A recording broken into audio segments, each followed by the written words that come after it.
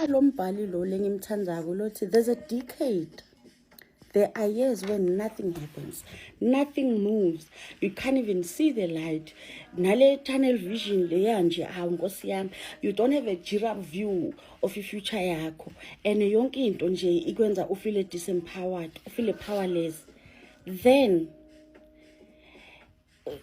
there are days, kunelanga lelo, where everything that was never happening kule decade leyana kuwenzeke ngelanga linye, kwenteke ngeliviki linye, kwenteke ngesizini yinye. This is where we are at. For all the decades of unanswered prayers, lapho khona sendiwa tilima singazi, and each and every person now is presented with an opportunity to see the same people who are preaching about unity, economic in they are the cause of our problems.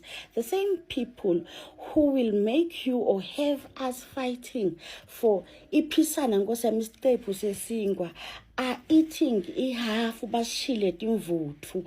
Now mase bashile timvuthu, it's still not enough. Nothing is going to save you from the lies. And what I like is that they will expose each other because they are power hungry, because they don't trust each other. Akubenjalo.